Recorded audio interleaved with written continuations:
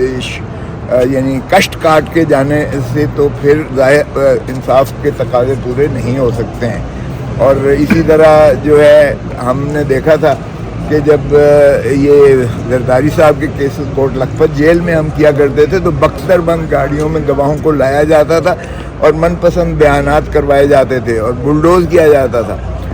آج بھی پھر جیل ٹرائل کا وہی مقصد ہے اور وہی جو ہے وتیرہ کیا جا رہا ہے. اور میں سمجھتا ہوں کہ عدالت عالیہ کی ڈویژن بینچ نے چیف جسٹس اسلام آباد ہائی کورٹ کے فیصلے کو کالعدم قرار دیتے ہوئے انہوں نے وہ تمام نوٹیفیکیشنز جن کے ذریعے جیل ٹرائل کا حکم دیا گیا تھا اس کو کالعدم قرار دے کے وہ ساری کارروائی جو جیل کے اندر جو کی گئی ہے اس کو کالعدم قرار دے دیا گیا ہے. سو اب نئے سرے سے یہ کیس کا ٹرائل ہوگا اور اوپن فضا میں ہوگا, اوپن کورٹس میں ہوگا.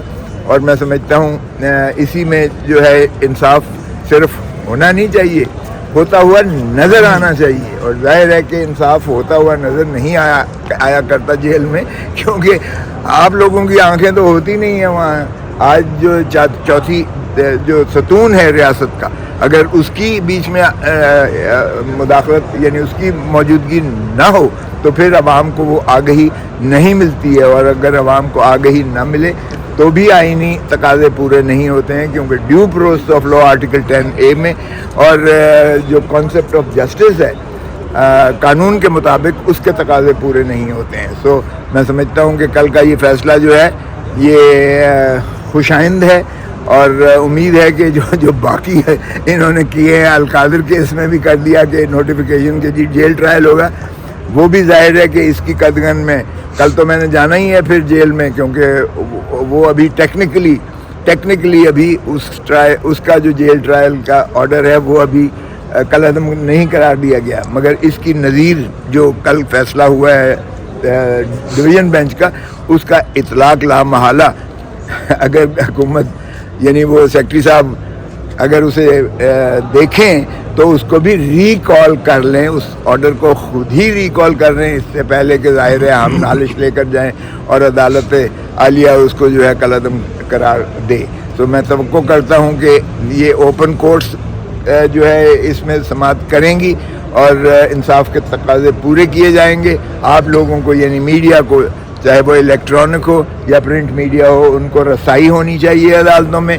اور اگر چیف جسٹس پاکستان قاضی فائز عیسیٰ صاحب پورے قوم کو دکھاتے ہیں, وہ براڈ کاسٹ دکھاتے ہیں اور وہ سارا ویژولز اور آڈیو دکھاتے ہیں تو اچھی بات ہے. اوپننس جو ہے کا انہوں نے شروعات کی ہیں اور میں سمجھتا ہوں کہ سبھی کو اس کی جو ہے فالو کرنا چاہیے اور جتنا زیادہ اس کو اوپننس میں ہم لے کے جائیں گے اسی طرح بہتر ہے. اب جو الیکشنز ہیں اس کی بھی شفافیت جو ہے ابھی انشور کرنی چاہیے, کیونکہ اسی سے ریاست جو ہے وہ پھر بحال ہوگی اور آئین کی بالادستی ہوگی. وگرنہ جس انداز سے لیول پلینگ فیلڈ کو منہدم کر دیا گیا ہے, ایک جماعت کو آسمان پہ چڑھا دیا گیا اور باقی سب کو دفن کر دیا گیا ہے, تو سبھی جماعتیں جو ہیں وہ اس کی شکایت کنندہ ہیں بشمول پیپلز پارٹی کے. اور پی ٹی آئی کو جس طرح سے بے دروے کر رہے ہیں, میں سمجھتا ہوں کہ اس میں بھی یہ جو ہے شفافیت ہونی چاہیے, کیونکہ اگر شفافیت ہوگی تو ہی بامعنی الیکشنز ہوں گے اور تو ہی اقتدار کا انتقال عوام کے منتخب نمائندوں کے ہاتھ میں ہوگا. اور جب ان کو اونرشپ, ملکیت اپنے معاملات پر جو ہے دسترس ان کو ہوگی تو ہی یہ ملک جو ہے آگے چل پائے گا اور آئین پر عملداری ہی سے میں سمجھتا ہوں کہ ہماری ریاست کی بھلائی اور بہبود ہے. سردار صاحب, یہ جسٹس سردار طارق مسعود کے خلاف جو شکایت تھی وہ مسترد ہو گئی ہے اور آمنہ ملک کے جو شوہر ہیں ایڈوکیٹ امجد ملک, وہ آپ کے بھی شاگرد رہے ہیں, تو اس شکایت کی تیاری میں کوئی آپ کا بھی کوئی کردار تھا؟ نہیں, نہ تو میں امجد ملک کو جانتا ہوں. امجد ملک آپ نے غلط نام لیا ہے, عبداللہ ملک ہے ان کا نام. عبداللہ ملک میرے تو کوئی نہیں رہے, البتہ بالکل ہمارے وہ گروپ سے متعلق ہیں, لیکن میرا تو نہ مجھے فرشتوں کو پتہ ہے. بہرکیف یہ ہے کہ انہوں نے خود آمنہ ملک نے کل جو جواب دیا ہے جو آپ کے آج سارے اخباروں میں چھپا ہوا ہے, اس میں یہ ہے, انہوں نے کہا ہے کہ میں ان کے جواب سے مطمئن ہوں. اور اس میں ایک اور وکیل صاحب کا نام آتا رہا ہے جس پر سوالات جوابات کیے گئے ہیں. صدیق صاحب, چلیں جس کا بھی ہے, میرا اظہر صدیق صاحب سے سوائے شناسائی کہ میرا ان کے ساتھ کوئی شراکت ایسی نہیں ہے. سو میرا تو نام آپ ویسے شوقیہ فنکاری میں لے رہے ہیں تو آپ کی مرضی ہے. جوڈیشل کونسل کے فیصلے کو آپ کیسے دیکھتے ہیں, یہ جو مسترد کر دیا جسٹس سردار طارق مسعود کے خلاف شکایت کو؟ دیکھیں جب مدعیہ خود جو ہے کہہ رہی ہے کہ میں مطمئن ہوں ان کے جواب سے, تو فیصلہ میں اس پہ کیا کمنٹ کر سکتا ہوں. جب خود مدعیہ کہتی ہے کہ میری تشفی ہے ان کے جواب کے بعد, میں سمجھتی ہوں کہ میری جواب سے مطمئن ہوں, تو پھر بات ہی ختم. شکایت سے پہلے آپ کو شکایت کے بارے میں کوئی علم نہیں تھا؟ نہیں, مجھے کچھ نہیں تھا پتا, میری ذاتی نہ مجھے پتا تھا نہ اب یہ آپ کے اخباروں سے سارا ذہنت سے پڑھ کے پتہ چلا ہے کہ کوئی ایسی پراپرٹی تھی جو کی گئی, مجھے نہیں پتا. سردار صاحب بتائیے گا کہ کل نواز شریف سے سوال کیا گیا اور مسلم لیگ نون کے لوگوں نے کہا کہ سوال کیا گیا کہ نواز شریف کیا انوکھا لاڈلا ہے, تو انہوں نے کہا نہیں کہ 25 کروڑ کا یہ لاڈلا ہے, انوکھا لاڈلا نہیں رہا. آپ بھی دیکھ رہے ہیں, ساری دنیا دیکھ رہی ہے. انوکھا لاڈلا تو ہے جس کو سزا یافتہ ہوتے ہوئے, جو عدالتی مفرور ہوتے ہوئے, جن کو امبیسڈر پاکستانی امبیسڈر کا کام تھا کہ وہ پاکستان کے جو اس اداروں کے تحرک کے نتیجے میں ان کو گرفتار کر کے اور ان کو ڈپورٹ کرتا اور اڈیالہ جیل پہنچانے کی ذمہ داری تھی, ان کو بجائے اس کے کہ یہ کرتے ہوئے ان کو ماشاءاللہ سی آف کر کے ریڈ کارپٹ دے کے ان کو رخصت کر کے پاکستان بھیجا. اور پھر ماشاءاللہ بائیو میٹرک مشینیں جو ہیں وہ چل کے ایئرپورٹ پر جاتی ہیں. ابھی میں کر کے آیا ہوں کہ شہباز کھوسا میرے بیٹے کی ایک پٹیشن تھی جو انہوں نے ایک اپنی نالج تھی جو ان کی پاکستان اسٹاک ایکسچینج کا نے, وہ ایک کمپنی ہے جس نے فراڈ کیا تھا, وہ آبجیکشن لگا ہوا تھا, بائیو میٹرک نہیں کروایا چونکہ وہ الیکشن میں مصروف تھا. تو یہاں آبجیکشن پہ آ کے اس کو خود جا کے کروانا پڑے گا. سپریم کورٹ کا ایڈوکیٹ کو تو لازم کیا گیا کہ وہ آ کے کروائے, اور عمران خان کو بھی بائیو میٹرک یہاں کرتے ہوئے اپنے کمرے سے اس کو گرفتار کیا گیا. لیکن لاڈلے کے لیے وہاں ایئرپورٹ پر چل کے جاتی ہے بائیو میٹرک مشین, تو اندھے کو بھی نظر آ رہا ہے. اور پھر جس طرح کوئٹہ میں وہ باپ کا باپ جو ہے ایک لائنیں لگا کے سارے شامل کرتا ہے اس لاڈلے کے ساتھ جس کا کوئی وجود وہاں تعلق نہیں تھا, تو اور کیا سارے ہی چیخ رہے ہیں, سارے ہی جو ہے شکایت کناں ہیں بشمول چیئرمین بلاول بھٹو زرداری اور پاکستان پیپلز پارٹی کے, کہ یہ ایک انوکھا ہی لاڈلا ہے جس کو اتنی جو ہے وہ پذیرائی ہو رہی ہے, جبکہ باقی تو جو ہے جیلوں میں رول سڑ رہے ہیں اور پابند سلاسل ہیں. صاحب آپ بھی تو لاڈلے رہے ہیں نا, باپ پارٹی کے ساتھ آپ کی سابق پارٹی نے ہی مل کے سارا یہ عدم استحکام کا سلسلہ شروع کیا تھا, تو کیا لاڈلے بدل گئے ہیں؟ تو یہ وقت کی بات ہے, بالکل لاڈلے بدلے ہیں. 2018 میں عمران خان کو لایا گیا تھا, وہ بھی لاڈلے تھے اس وقت. اب جو ہے ماشاءاللہ 2024 میں کسی اور لاڈلے کو لایا جائے. دیکھیں ڈرامہ یہ بند ہونا چاہیے. خدا را آپ جمہور کو حق دیجیے گا.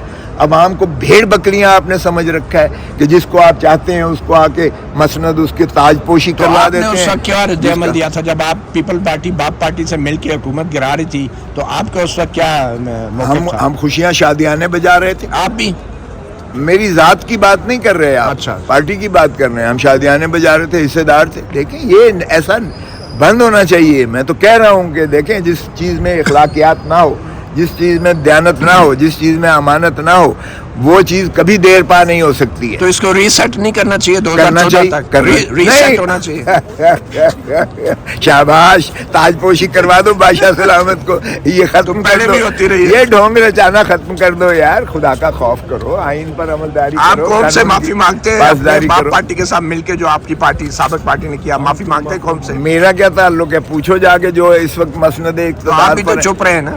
دیکھیں میں آئین اور قانون کے ساتھ کھڑا ہوں. آج بھی میری پارٹی مجھ سے ناراض ہے, لیکن میں آئین قانون اور جمہور کے ساتھ کھڑا ہوں. میں پاکستان کے اور پاکستان کے 25 کروڑ عوام کے. 2017 میں جب باپ پارٹی کے ساتھ مل کے آپ کی پارٹی نہیں, میں اس میں سینٹ میں نہیں تھا, اس لیے میرا اس کا کوئی نہیں. اب یہ تو نہیں ہے کہ لاکھوں بندہ جو ایک پارٹی کے ساتھ ہے, ساری پارٹی کے لاکھوں بندوں کو آپ کہیں آواز اٹھائی اس وقت.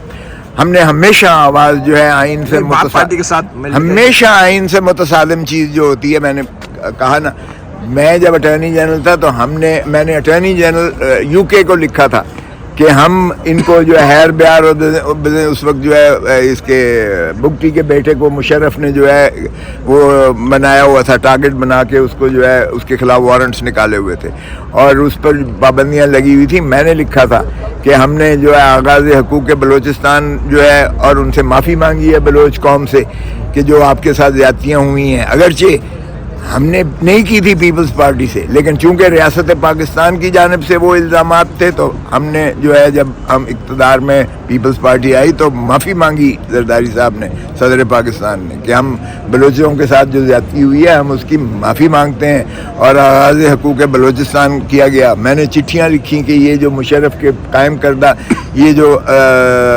مقدمات ہیں ہمیں ان کو بھی واپس لے کر ہم ان کے زخموں پر مرہم رکھ کے ہم ایک قومی دھارے میں یگانگت اور یکسوئی لانا چاہتے ہیں۔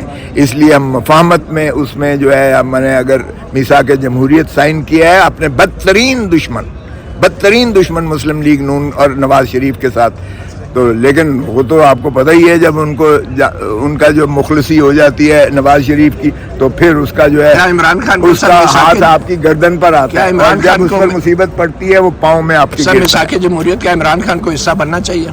دیکھیں میں تو کہتا ہوں ساری قوم میں سبھی لیڈرز کو بننا چاہیے تاکہ بیرونی قوتیں آپ کے اندر مداخلت نہ کر سکیں۔